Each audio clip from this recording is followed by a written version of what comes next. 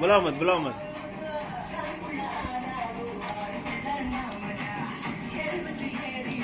நீ சும்மா இரு. அது பாட்டு நிக்கிட்ட என்னதான் பண்ணுதுன்னு பாப்போம். அதோட ஆக்ஷன் பாரு.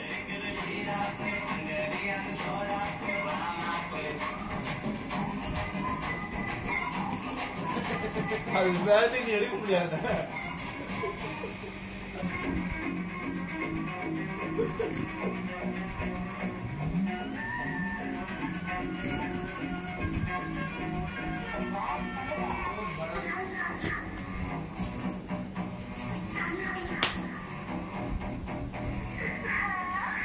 ஓடி வந்து நிக்கும் போது நீ வந்து எடுப்ப.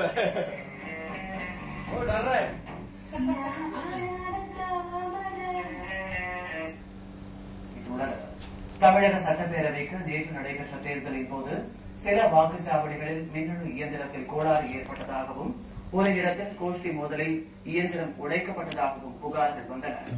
இவற்றை ஆய்வு செய்த தமிழக தலைமை தேர்தல் அதிகாரி திரு பிரவீன்குமார் 7 வாக்குச்சாவடிகளில் மறு வாக்குப்பதிவு நடத்த பரிந்துரை செய்திருந்தார். அதை ஆய்வு செய்த தேர்தல் ஆணையம் 7 வாக்குச்சாவடிகளிலும் மறு வாக்குப்பதிவு நடத்த உத்தரவிட்டுள்ளது. அதன்படி இரு பிரிவினருக்கு இடையே ஏற்பட்ட மோதலில் மின்னணு இயந்திரம் உடைக்கப்பட்ட நெய்வேலி தொகுதி சம்மட்டிக்குப்பத்தில் 2 வாக்குச்சாவடிகள், கிள்ளியூர் தொகுதியில் அனந்தமங்கலம், திருவிடைமருதூர் தொகுதியில் பருத்திக்குடி, வளையாவட்டம் வாக்குச்சாவடிகள், ஆரணி நகரில் புனித ஜோசப் பள்ளி வாக்குச்சாவடி, போடி சங்கராபுரம் வாக்குச்சாவடி ஆகியவற்றில் சனிக்கிழமை மறு வாக்குப்பதிவு நடத்த உத்தரவிடப்பட்டுள்ளது.